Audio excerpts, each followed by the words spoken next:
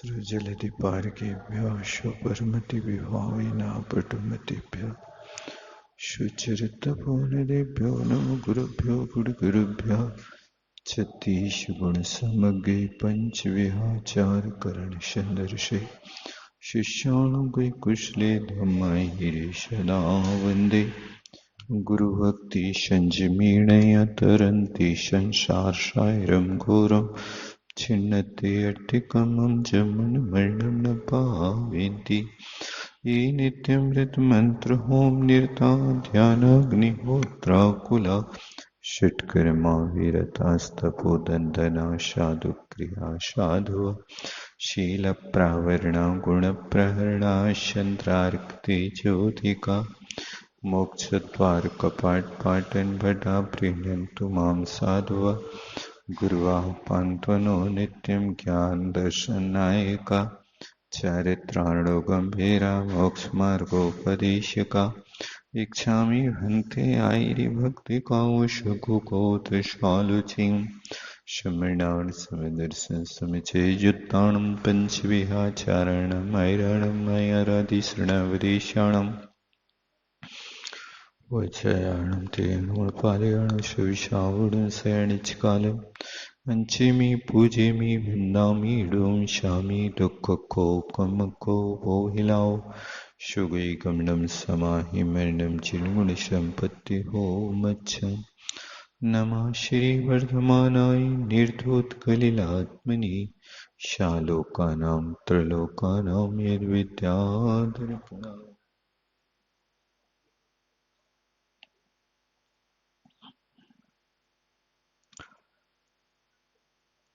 यहाँ पर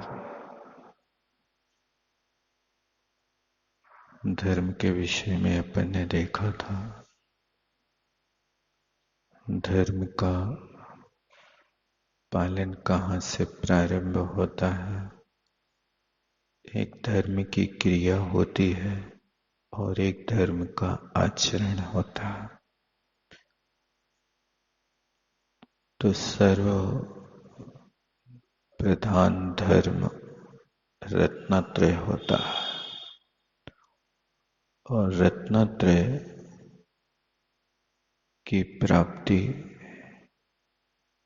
सम्यक दर्शन से प्रारंभ होती है। मनुष्यों में कई मनुष्य ऐसे होते हैं कि जो सम्यक दर्शन के साथ साथ सम्यक चारित्र को भी एक साथ प्राप्त कर लेता है और कुछ मनुष्य ऐसे होते हैं कि जो सम्यक दर्शन को प्राप्त करके फिर चारित्र को स्वीकार करते हैं। तो यहाँ पर अपन ने देखा कि गृहस्थ अवस्था में रहने वाले लोग हैं, इनको सम्यक दर्शन अथवा श्रावक के व्रत एक साथ हो सकता है। उस सम्यक दर्शन की मूल जड़ है कि उनका 8 अंगों के साथ पालन करना, और 8 अंगों का पालन कभी कभी नहीं होता, प्रतिपल का पालन करना होता। तो कल अपन ने देखा कि सबसे पहली शर्त है कि भगवान ने जो कहा है वो बिल्कुल सत्य है। दूसरी चीज है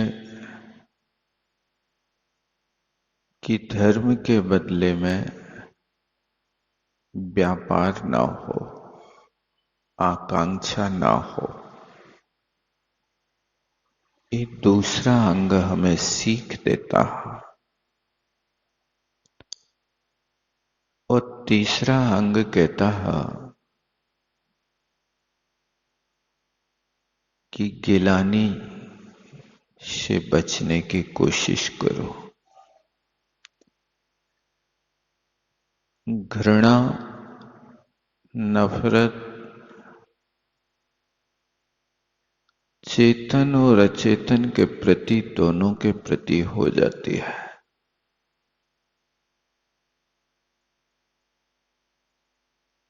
यदि किसी घृणित पदार्थ को देखते हैं तो घृणा होती है। दूसरी चीज है कि किसी व्यक्ति के प्रति आपका द्वेष है तो उससे घृणा पैदा हो जाती है। जिसको आप पसंद नहीं करते वो व्यक्ति आपके सामने आता है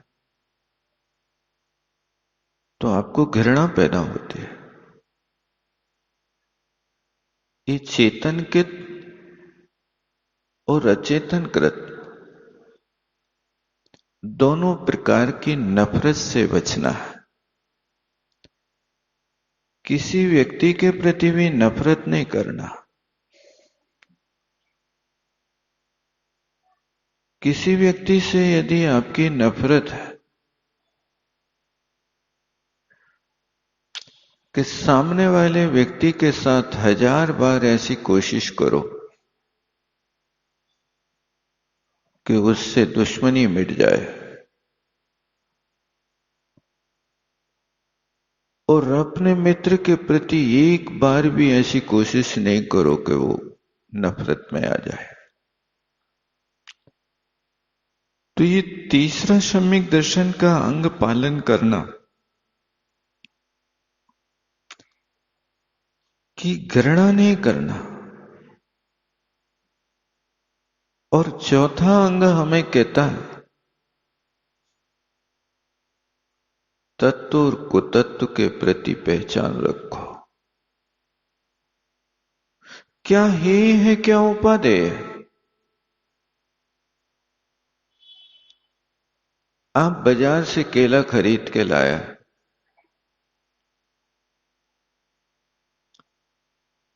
केला खरीद लिया, लेकिन उस केला में क्या है और क्या उपादेय है इसका ज्ञान है कि नहीं। केला दुकान से खरीद के लाया, वो लाकर के सीधे खाने बैठ जाते क्या? नहीं। जब खाने बैठते हैं तो हम प्रयोजनभूत वस्तु का सेवन कर लेते हैं और प्रयोजनभूत जो वस्तु नहीं उसका त्याग कर देते हैं।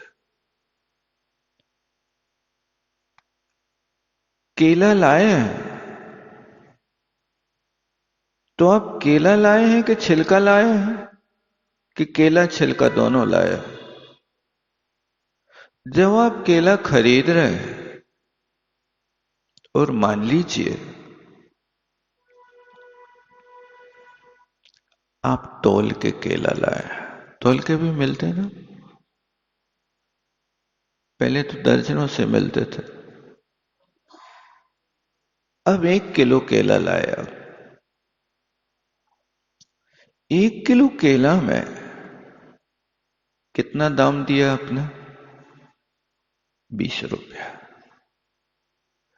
उस 20 रुपया देकर के आपको केला खरीदना है कि छिलका खरीदना है? तो 20 रुपया दाम केला के दे रहे कि छिलका के दे रहे? खरीदना तो केला है। अब वो छिलका 1 किलो केला में तोला के लाए और 1 किलो केला में छिलका कितने ग्राम आया होगा? वैसा 200 ग्राम आया होगा ना। 200 ग्राम छिलका आपका कितने रुपए का हुआ? कम से कम 4 रुपए का तो हो गया। यानी ये 4 रुपए की बर्बादी क्यों करी आपने? आप सीधा उसी की दुकान पे केला छिलका छोड़ करके केला तुलवा के लाते ना। क्यों? और कई बार ये होता है कि छिलका तो देता है, साथ में ऊपर भी वो 100-200 ग्राम का डंठल दे देता है। वो भी केला है क्या? नहीं, लेकिन केला का अंग है, उससे अभी सेफ्टी है। हम उस वस्तु के साथ खरीद करके लाएंगे, लेकिन जब सेवन करेंगे तब उसमें ही और उपादेय का हम निर्णय कर लेंगे। इस समय छिलका हेय है, और छिलके के अंदर रहने वाला केला का मसाला उपादेय है। उस समय आप छिलके को अलग नहीं कर सकते। तो यहां आपने जैसे केला का सेवन करते समय ये ही उपादेय का विचार रखा, इसी तरह आपको अमूढ़ दृष्टि अंग का पालन करना है। तो हे और उपादेय का आपको ज्ञान करना है कि हमारा अमूढ़ दृष्टि अंग पल जाए और कहीं हमारी अनायतन के प्रति आस्था ना बन जाए। आयतन का तो सेवन करना, अनायतन का सेवन नहीं करना, ये हमारा विवेक है। और ये विवेक कौन देगा? जब सम्यक दर्शन का पालन होगा तब होगा, अन्यथा नहीं हो सकता। इसलिए ये अंग हमें ये सीख देता है कि हर वस्तु में मूढ़ता नहीं करो, तत्व और कुतत्व के प्रति आप पहचान करो। कल्याण किसमें है उसके प्रति आप जागरूक रहो। और फिर धर्म का पंचम अंग हमें ये सीख देता है। क्या सीख देता है? कि किसी के दोष देख करके भी कहने की कोशिश मत करो। व्यक्ति कौन सी चीज को किस दृष्टिकोण से देखता है, वो आपकी दृष्टि में आपको दोष दिखाई दे रहा है, लेकिन हो सकता हो उसमें गुण दिखाई दे रहा हो, उसके अंदर गुण हो, आप नहीं कह सकते। इसलिए दोष देखने के बाद भी किसी के दोषों के कहने की चेष्टा मत करो। और यदि तुम्हारे अंदर सम्यक दर्शन को पालन करने की निर्दोष रीति अपनाना है तो तुम एक काम करना, यदि किसी के दोष दिखें तो किसी दूसरे से मत कहना, उसके दोष उसी से कहना और उसके कान में से कहना।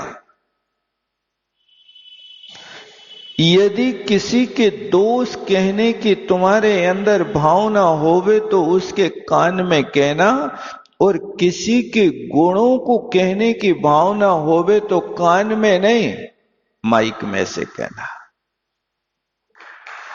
क्यों? क्योंकि हर व्यक्ति को अपनी प्रशंसा बहुत प्यारी लगती है। हर व्यक्ति चाहता है मेरा नाम लिया जाए। बहुत अच्छा। यदि किसी के गुण तुम्हें अच्छे लग रहे हैं तो आप उन गुणों का प्रचार प्रसार करो। और किसी के दोष तुम्हें दिखाई दे रहे हैं तो क्या करना? दोष बादे च मौनम। दोषों को बोलने के लिए तो अपने मुंह पे ताला डाल लो, अलीगढ़ वाला इतना विशाल कि ना मैं खोल सकूं ना कोई और दूसरा खोल सके। लेकिन आदत हमारी ऐसी बन गई है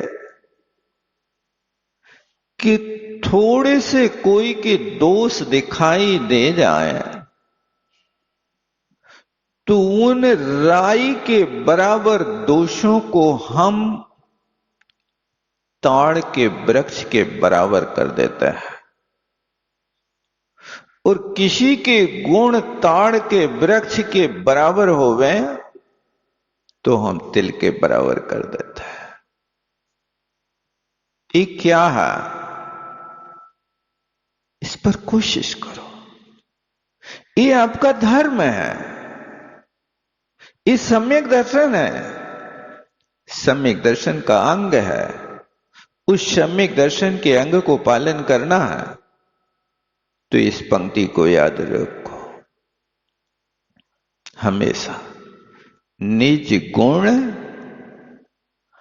अरु पर अवगुण ढाके। अपने पास गुण है तो अपने मुख मियां मिट्ठू मत बनो। तुम अपने मुख से तुम अपनी प्रशंसा करोगे, लोग पसंद नहीं करेंगे। इसलिए अपनी प्रशंसा करने की कोशिश मत करो, वो दूसरों के दोष के कहने के भी कोशिश मत करो। आप साक्षात देख रहे हैं इसमें दोष है, लेकिन नहीं कहना। ये भी बहुत बड़ी साधना है। और कहने के बाद भी उस दोषी व्यक्ति के प्रति बुराई बना के मत रखना, रे तुम बड़े पापी हो। ऐसा कह करके उसको दूर हटाने की कोशिश मत करना। पापी के लिए भी आपको संभालना है। वो आगे का अंग हमें सिखाता है जिसको स्थितिकरण कहते हैं। क्या है स्थितिकरण? व्यक्ति धर्म के मार्ग से 3 कारणों से पतित होता है। सम्यक दर्शन से 3 कारणों से पतित हो सकता है। काम, क्रोध और मद। काम के कारण भी व्यक्ति धर्म से च्युत हो जाता है, सम्यक दर्शन को खो देता है, और वो काम जब तीव्र वेग होता है तो उस काल में वो धर्म को भूल जाता है। और क्रोध, ध्यान रखना,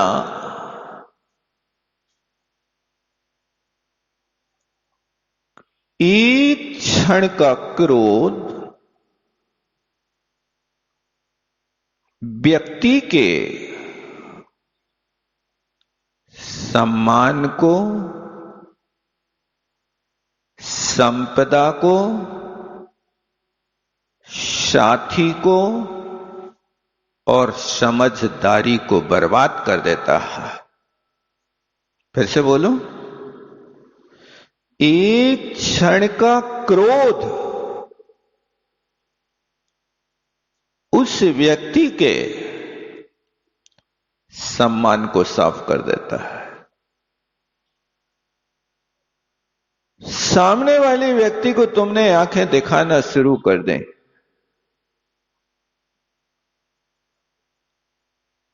हो सकता है आप शक्तिशाली हो, आपकी आंखें देखकर सामने वाला डर जाए, संभव है। लेकिन ध्यान रखना, सामने तो व्यक्ति डर सकता है, लेकिन तुम्हारे प्रति वो व्यक्ति आस्थावान नहीं हो सकता। वो व्यक्ति आपके प्रति अंदर अंदर अवसर की खोज करेगा। इसलिए क्रोधी की दुनिया विरोधी है। क्रोध तुम करो और तुम्हें कोई माला पहरा देवे, ऐसा कभी त्रिकाल में हो नहीं सकता। इसलिए क्रोध करने से सम्मान खत्म हो जाता है। आप अपने परिवार में अपने बच्चों को, पत्नी को, माता पिता को, किसी को छोटी छोटी सी बातों में यदि आंखें दिखाते हो, तुम्हारा बेटा तुम्हें सम्मान नहीं देगा और वो तुम्हारी प्रकृति से परिचित हो जाएगा कि इनको तो हमेशा ऐसे ही गुस्सा आती रहती है, अब तो हम ऐसे ही में हैबिचुअल हो गए, अब हमें तो सहन करना पड़ेगा।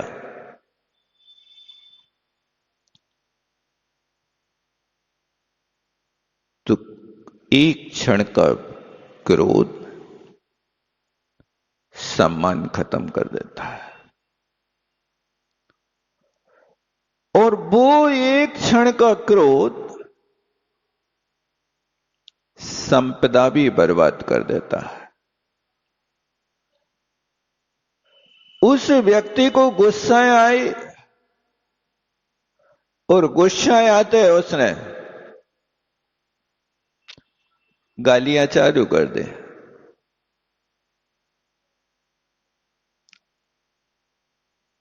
एक व्यक्ति ने गुस्सा का पहाड़ा सुनाया था। गुस्सा एकम गुस्सा, गुस्सा दूनी गाली, गुस्सा तिया लाठी, गुस्सा चौके झगड़ा,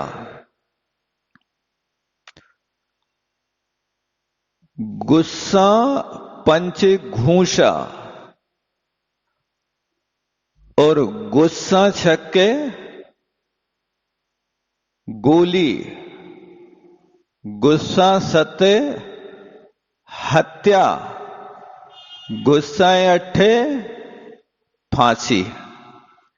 यानी ये गुस्सा करेगा तो इस तरह से तुम्हारी दुनिया में दुनिया बना दिया जाएगा। गुस्सा करोगे तो गुस्सा का फल सामने वाला क्या होगा? तुम सामने वाले के लिए गुस्सा करोगे तो वो क्या करेगा तुम्हारे साथ? गुस्सा करके दिखाएगा तुम्हें अपना मुख के हंस के दिखाएगा। क्या करेगा बताओ? अरे जिसके सामने तुम गुस्सा करके दिखाओगे वो भी तो अपने मुख को भारत का नक्शा बना करके तुम्हारे सामने खड़ा करेगा। ऐसा नहीं हो सकता कि तुम किसी के सामने गालियां देते रहो और वो सुनता रहे बहरा बन करके। इसलिए गुस्सा हमेशा इस तरह से व्यक्ति के धर्म को लूट लेती है, सम्मान भी लुट जाता है और संपदा भी बर्बाद कर देता है। आज तुम्हें कोर्ट केस करना पड़ रहा, वकीलों के घर भरना पड़ रहे, किसका फल चुका रहे जी बताओ? आज किसका फल है? एक गुस्सा का ही तो फल है कि जिसके कारण आज तुम्हें कोर्ट कचहरी तक जाने में इतने समय लगाना पड़ रहा है कि तुम्हारी चप्पलें घिस जाती हैं, लेकिन फैसला नहीं मिल पाता है। आज पता चलता है कि यार झगड़ा नहीं करते तो अच्छा रहता।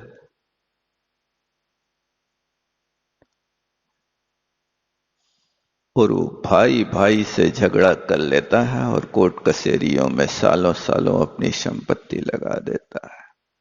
जितनी की संपत्ति नहीं होती उससे ज्यादा कोर्ट में बर्बाद कर देता है।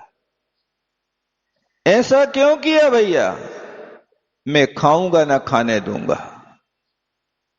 सामने वाले की लगी थाली को देख करके यदि मुझे नहीं खाने देगा तो मैं ना खाऊंगा, और वो थाली नहीं पाऊंगा तो थाली को बगरा तो जरूर दूंगा मैं। न तुम्हारे काम में आएगी ना हमारे काम में। इससे तुम्हारा धर्म लुट रहा है। तुम क्या समझ रहे हो? ये सम्यक दर्शन का अंग है, इसको स्थितिकरण अंग कहते हैं। आप अपने ऊपर गुस्सा करके आप अपने धर्म को बर्बाद कर रहे हो। वो ना समझ व्यक्ति के उसके घर के सामने डाल पर बैठा कौवा था। उस कौवा ने कांव कांव किया और उसकी आवाज मीठी नहीं लगी। उसके पास चिंतामणि रत्न था और वो चिंतामणि रत्न उस कौवा के उड़ाने में फेंक दिया।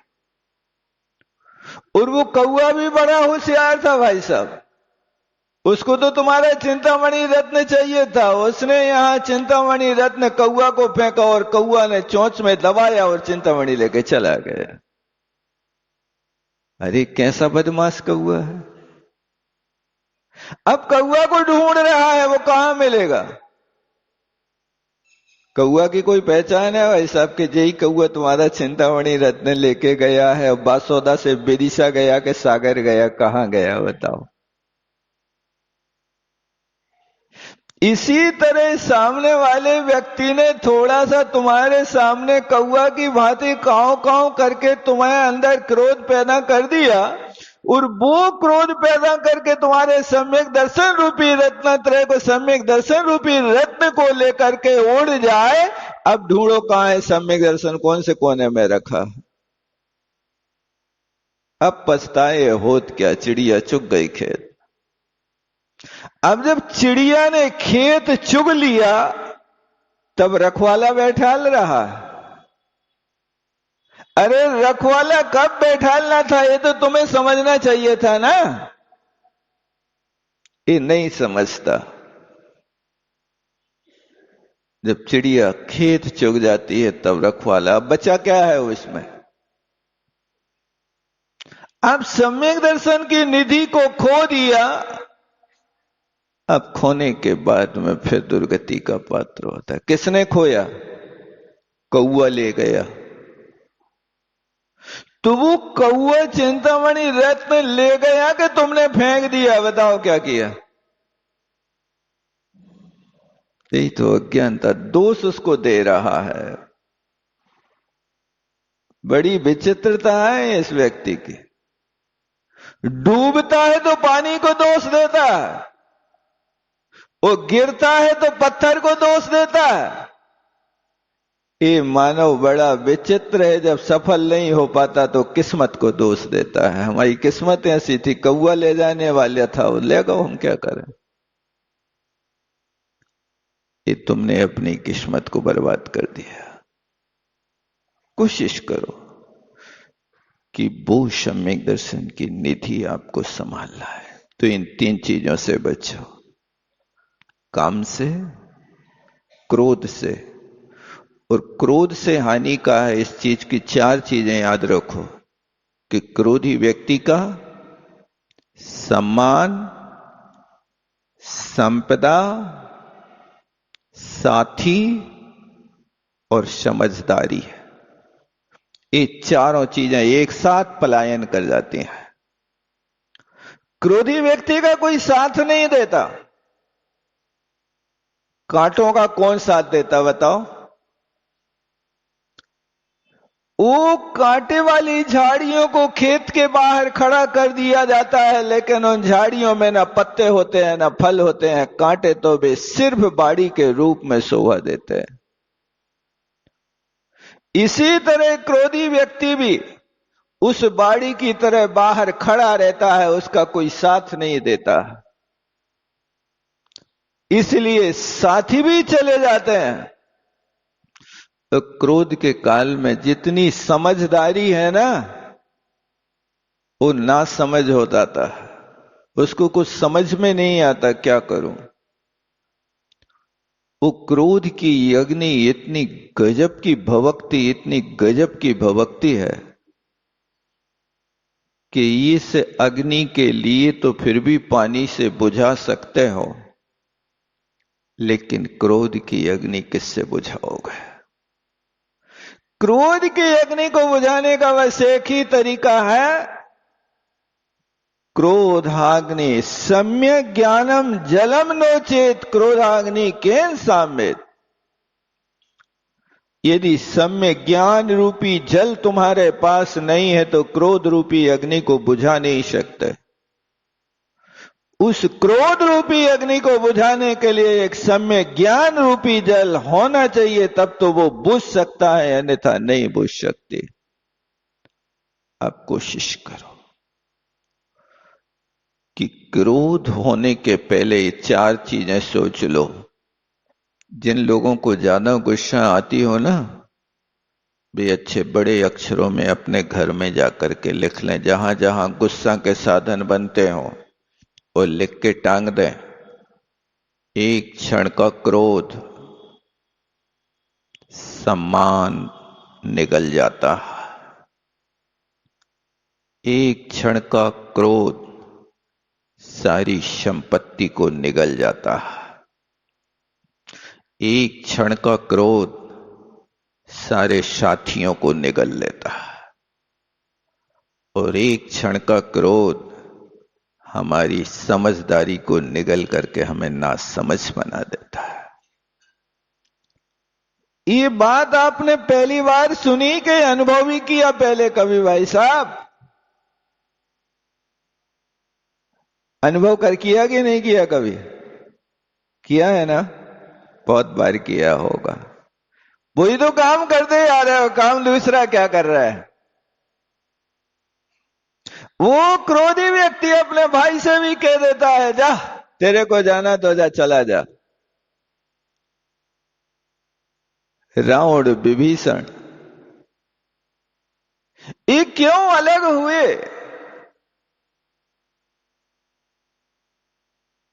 अपने भाई को छोड़कर के राम के पक्ष में विभीषण आ गया, किसके कारण था भाई साहब?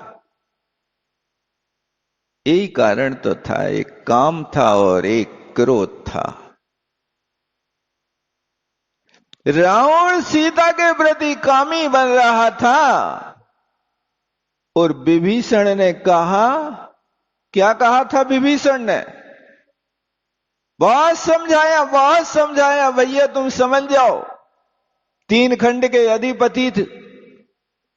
जब नहीं माना कि सीता वापस देना, तो फिर विभीषण ने तो इतना ही कहा था ना, जो थी सीता से ही प्रीत तो लाया, क्यों न स्वयंवर जीत, यही थी क्षत्रियपन की रीत, कुल को दाग लगाने वाले तुम परनारी को हर के लाया।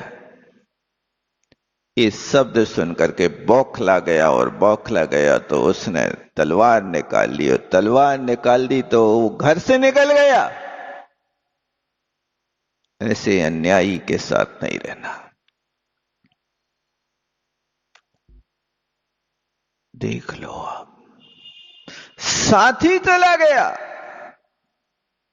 और समझदारी भी चली गई। अपने मकान के एक पाया को धराशायी कर दिया। महान शक्तिशाली योद्धाओं को जहां संग्रह किया जाता है, वहां पर ऐसे महाशक्तिशाली ज्ञानी, और जितना भरत का राम के प्रति प्रेम था, उतना विभीषण का रावण के प्रति भी था किसी समय पर। वो कहानी फिर कभी सुनाऊंगा। समय अपना हो रहा है। मैं आपको सिर्फ इतना कहना चाहता हूं कि ये सिर्फ सुनने की बात नहीं है।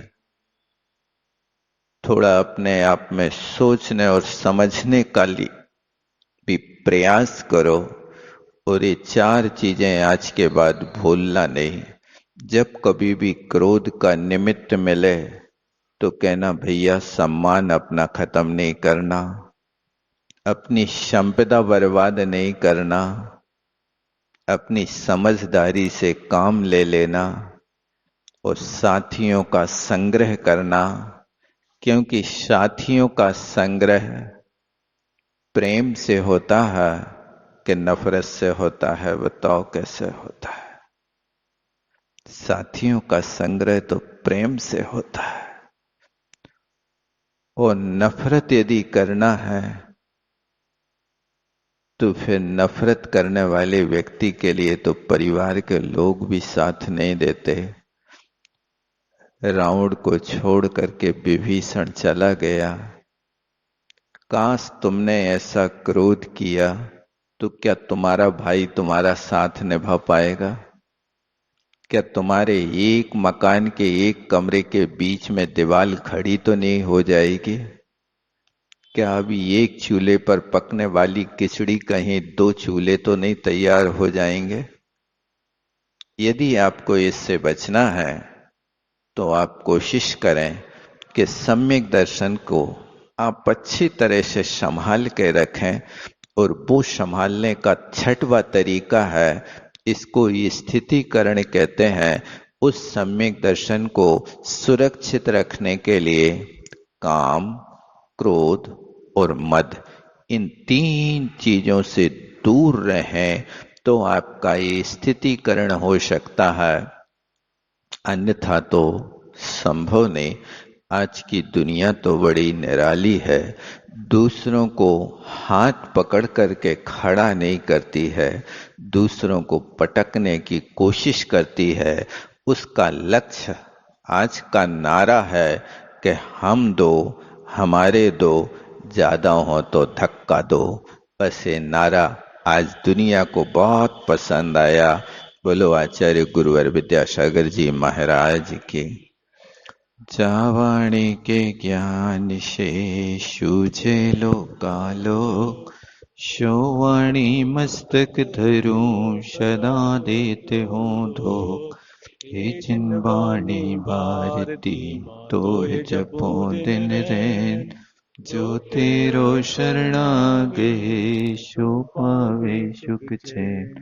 देव भजो अरिहंत को, गुरु सेवो निर्ग्रंथ। दया धर्म पालो सदा, यही मोक्ष का पंथ।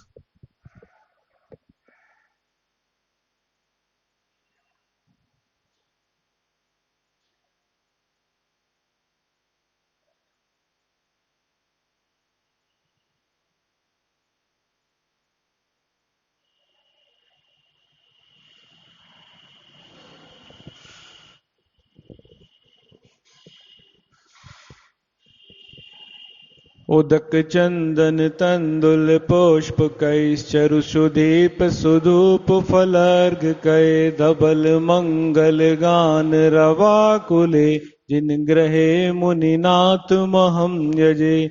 ओम ह्रीम परम पूज्य मुनि श्री निर्दोष सागर जी महाराज बारंबार नमोस्तु जल फलादि अर्घम निर्पामते स्वाहा। नमोस्तु भगवान, नमोस्तु भगवान, नमोस्तु भगवान।